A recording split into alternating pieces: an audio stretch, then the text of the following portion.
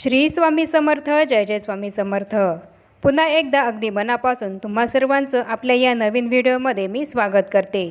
आपल्या प्रत्येकाच्या दैनंदिन जीवनामध्ये बरेच प्रश्न हे निर्माण झालेले असतात. सध्याच्या काळामध्ये प्रत्येकालाच अनेक प्रश्न हे निर्माण झालेले आहेत. आपल्या रोजचे जीवन जगत असताना आपल्याला प्रत्येकाला कुठल्या ना कुठल्या समस्येला तोंड हे द्यावे लागत आहे. कोणाला खूप प्रयत्न करून सुद्धा अपेक्षित यश हे मिळत नाही. कोणाच्या मुलामुलींचे विवाह हे जमत नाही, तर कोणाला त्यांचे लग्न जमलेले असून सुद्धा ते काही ना काही कारणास्तव मोडत असेल. त्यांचे लग्न होण्यामध्ये अनेक अडचणी या निर्माण होत असतील, तर कोणाला संतती प्राप्ती होत नसेल, तर कोणाला गर्भधारणा होऊन सुद्धा काही ना काही कॉम्प्लिकेशन्स होऊन गर्भ हा टिकत नसेल, आणि समजा गर्भ जर टिकला तर पुन्हा ते बाळ झाल्यानंतर ते जगत नाही. तसंच बऱ्याच जणांना नोकरी करत असताना त्यामध्ये अपेक्षित यश हे मिळत नसेल, किंवा कुठलाही व्यवसाय करत असताना त्यामध्ये अपेक्षित यश हे मिळत नसेल. आर्थिक परिस्थितीमध्ये सुधारणाही होत नसेल. घरामध्ये सतत कटकटी आणि वादविवाद होत असतील, सतत भांडणं होत असतील. घरामध्ये जो काही पैसा येत आहे तो अनाठाई खर्च होत असेल. आपण खूप कष्ट करून सुद्धा, खूप मेहनत घेऊन सुद्धा जर आपल्याला आपल्या अपेक्षित यश हे मिळत नसेल, प्रत्येक कामामध्ये आपल्याला सतत अपयश हे येत असेल, किंवा घरामध्ये सतत आजारपण हे असेल, खूप उपाय करून बघितले तरी आपली प्रगतीही होत नसेल, सतत आपल्यासमोर कोणती ना कोणती समस्याही निर्माण होत असेल, आणि त्या समस्येतून बाहेर निघण्याचा मार्ग हा आपल्याला दिसत नसेल, तर यामागे मुख्य कारण हे असू शकतं, ते म्हणजेच पितृदोष. आपल्याला सर्वांना काही ना काही प्रमाणात हा पितृदोष असतोच. तर आजच्या या व्हिडिओमध्ये मी तुम्हाला सांगणार आहे की या पितृदोषातून, हा जो काही पितृदोष आपल्याला आहे त्या दोषातून आपली मुक्तता होण्यासाठी एकादशीच्या दिवशी आपल्याला कोणत्या प्रभावी ग्रंथाचं वाचन करायचं आहे, कोणती प्रभावी सेवा ही आपल्याला करायची आहे, जेणेकरून यासारख्या ज्या समस्या आहे त्यातून आपली सुटका होईल आणि आपली पितृदोषातून मुक्तता होईल, आणि आपल्याला ज्या काही अडचणी या भेडसावत आहेत त्या दूर होतील. याबद्दलच आपल्याला एकादशीला कुठली प्रभावी सेवा करायची आहे हेच मी तुम्हाला आपल्या या व्हिडिओमध्ये सांगणार आहे. त्यामुळे हा महत्त्वपूर्ण व्हिडिओ तुम्ही शेवटपर्यंत नक्की बघा, म्हणजेच तुम्हाला सुद्धा समजेल की पितृदोषातून मुक्तता होण्यासाठी आपल्याला कुठली सेवा ही करायची आहे एकादशीला, हे तुम्हाला समजेल. चला तर मग आपण आपल्या आजच्या या व्हिडिओला सुरुवात करूया, आणि कुठली सेवा, कोणत्या ग्रंथाचं वाचन हे आपल्याला एकादशीला करायचं आहे ते आता आपण बघूया. सर्वात महत्त्वाचं म्हणजे तर पितृदोष म्हणजे नेमकं काय, तर आपल्या कुटुंबामध्ये, आपल्या परिवारामध्ये कोणीतरी अपघाती, अकस्मात अपमृत्यू, जळून किंवा पाण्यामध्ये पडून किंवा सर्पदंशाने मृत्यू पावले असेल, किंवा कुठलाही आजार नसताना, कुठलाही रोग हा झालेला नसताना सुद्धा अचानकच एखादी व्यक्ती ही आपल्या घरामध्ये मृत्यू पावली असेल, किंवा काही कारणास्तव आपल्या पितरांना सद्गती ही मिळाली नसेल, तर अशा वेळी ती आत्मा भटकत असते, खूप त्रास सहन करत असते, आणि त्या आत्म्याचे दोष हे आपल्या कुटुंबाला, आपल्या परिवाराला लागत असतात. मृत्यूनंतर मृत्यू पावलेल्या आत्म्याला जर सद्गती ही मिळाली नसेल आणि ती आत्मा भटकत असेल, ती आत्मा भटकत असताना त्या आत्म्याला जो काही त्रास हा होत असतो तो त्रास त्या आत्म्याला सहन होत नाही, आणि परिणामी त्या आत्म्याचे दोष हे आपल्या परिवाराला लागत असतात, आणि त्यामुळेच आपल्या कुटुंबामध्ये आपल्याला अनेक समस्यांना सामोरे हे जावे लागते. आपल्याला कुठल्याच कामामध्ये यश हे मिळत नाही. बरेचदा हे पितर खूप त्रस्त झालेले असतात, त्यामुळे त्यांचा स्वतःचा वंश संपवण्याचा सुद्धा ते प्रयत्न करतात. यामुळेच संतती प्राप्ती ज्यांना व्हावी असं वाटत असेल त्यांना संतती प्राप्ती होण्यामध्ये अनेक अडचणी या निर्माण होत असतात. आपल्या पितरांना जर सद्गती मिळाली नाही तर ते आपल्याला आशीर्वाद देत नाही, आणि त्यामुळे आपली कुठलीच शुभ कार्य ही ते होऊ देत नाही. यामुळे अशा बऱ्याच प्रश्नांना आपल्याला,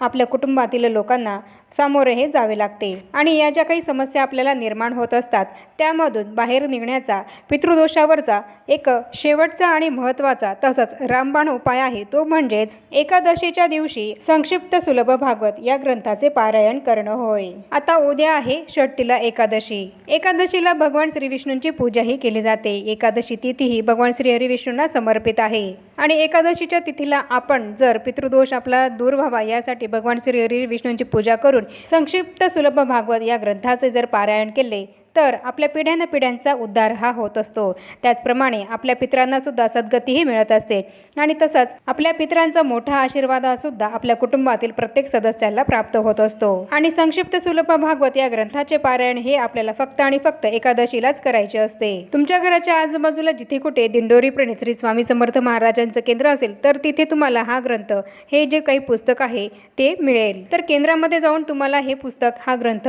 तुमच्या घरी घेऊन यायचा आहे. आणि जर तुमच्या घराच्या आजूबाजूला हे स्वामी समर्थ महाराजांचं केंद्र नसेल तर हा ग्रंथ जर तुम्हाला मिळाला नाही तर तो तुम्ही यूट्यूबला सर्च करून सुद्धा पठण करू शकता किंवा ऐकू शकता. आपल्या पितरांना सद्गती लाभावी याकरता प्रत्येक सर्वसामान्य माणसाला आर्थिकदृष्ट्या भागवत करणे हे शक्य नसते.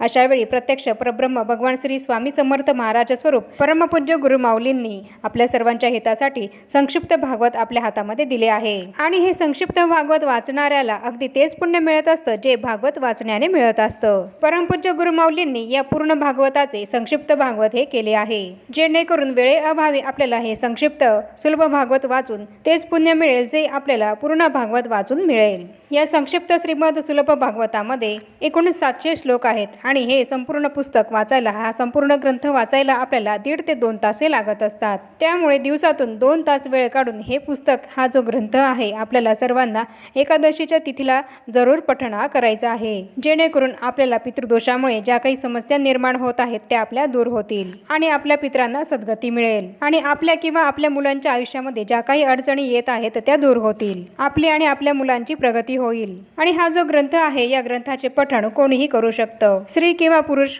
किंवा त्याचप्रमाणे मुलगा किंवा मुलगी कोणीही या ग्रंथाचे पठण हे करू शकते. फक्त महिलांना मासिक धर्म असेल तर या ग्रंथाचे पठण हे करायला चालणार नाही. त्याचप्रमाणे सूतक असेल तर ते सूतक पूर्ण झाल्यानंतर या ग्रंथाचे पठण करायला एकादशीला तुम्हाला चालेल. या संपूर्ण ग्रंथाचे पठण हे आपल्याला एकाच बैठकीमध्ये पूर्ण करायचे आहे. या ग्रंथाचे पठण तुम्ही सकाळी, जर तुम्हाला वेळ मिळेल तर सकाळी करू शकता, नाहीतर संध्याकाळी केले तरी सुद्धा चालेल. उद्या षष्ठीला एकादशीला दिवसभरामध्ये तुम्हाला ज्या वेळेला वेळ मिळेल तुमच्या वेळेनुसार तुम्ही या ग्रंथाचे पठण करू शकता. ज्यांच्याकडे भगवान श्रीहरी विष्णूंचा फोटो आहे तर त्यांनी तो फोटो स्वच्छ पुसायचा आहे आणि त्याची पंचोपचार पूजा करायची आहे. किंवा ज्यांच्याकडे फोटो नाही तर त्यांनी सकाळी आपण जेव्हा नित्याची देवपूजा करतो तेव्हा आपल्याला आपल्या देवघरामध्ये जी काही बाळकृष्णांची मूर्ती आहे ती स्वच्छ पाण्याने धुवायची आहे आणि पुन्हा स्वच्छ पुसून घ्यायची आहे आणि तिची पंचोपचार पूजा ही आपल्याला करायची आहे. भगवान श्रीहरी विष्णूंच्या फोटोला फुल अर्पण करायचं आहे किंवा बाळकृष्णांच्या मूर्तीला सुद्धा आपल्याला फुल अर्पण करायचं आहे आणि दिवा अगरबत्ती हे लावून घ्यायचं आहे. आणि देवघरासमोर बसून आपल्याला एका आसनावर बसायचं आहे आणि देवघरासमोर बसूनच आपल्याला या ग्रंथाचे पठण हे करायचे आहे. एकाच बैठकीमध्ये आपल्याला पूर्ण संक्षिप्त श्रीमद भागवत हे ग्रंथ, हा जो ग्रंथ आहे याचे पूर्ण पठण करायचे आहे. आणि त्याचप्रमाणे तुमच्या मागे जो काही पितृदोष लागला आहे, तुमच्या मागे ज्या काही एकामागे एक या अडचणी येत असतील तर तुम्ही या ग्रंथाचे पठण हे संकल्पयुक्त सुद्धा करू शकता. आणि हा संकल्प करताना माझ्या मागे हा जो काही पितृदोष लागला आहे, माझ्या मागे ज्या काही अडचणी आहेत, माझी ही काही समस्या आहे ती दूर होण्यासाठी मी 11 एकादशी किंवा 21 एकादशी या संक्षिप्त सुलभ भागवत ग्रंथाचं पठण करेल असा संकल्प तुम्ही करू शकता. आणि संकल्प केल्याप्रमाणेच तुम्ही 11 किंवा 21 ज्याप्रमाणे तुम्ही संकल्प केला असेल त्याप्रमाणे प्रत्येक 11 किंवा 21 एकादशींना तुम्हाला या संक्षिप्त सुलभ भागवत ग्रंथाचे पठण हे करायचे आहे. आणि जरी तुम्ही एकादशीचे व्रत हे करत नसाल तरी सुद्धा तुम्हाला या ग्रंथाचे पठण करायला, पारायण करायला चालेल. आणि याप्रमाणे जेव्हा तुम्ही 11 एकादशी किंवा 21 एकादशींना या संक्षिप्त सुलभ भागवत ग्रंथाचे पारायण हे करत असाल तर तेव्हा तुम्हाला जाणवेल की तुमच्या मागे ज्या काही अडचणी आहेत, तुम्हाला ज्या काही समस्या आहेत त्या दूर होत आहेत. पितृदोषामुळे तुमच्या आयुष्यामध्ये ज्या काही अनेक अडचणी या निर्माण झाल्या आहेत त्या हळूहळू कमी होत आहेत, असा तुम्हाला नक्कीच अनुभव येईल. फक्त तुम्हाला पूर्ण श्रद्धेने आणि विश्वासाने या ग्रंथाचे पारायण हे करायचे आहे. पूर्ण श्रद्धा आणि विश्वास ठेवूनच या ग्रंथाचे पारायण हे करायचे आहे. आणि महिलांना संकल्पयुक्त या एकादशीला या ग्रंथाचे पारायण करत असताना जर एखाद्या एकादशीला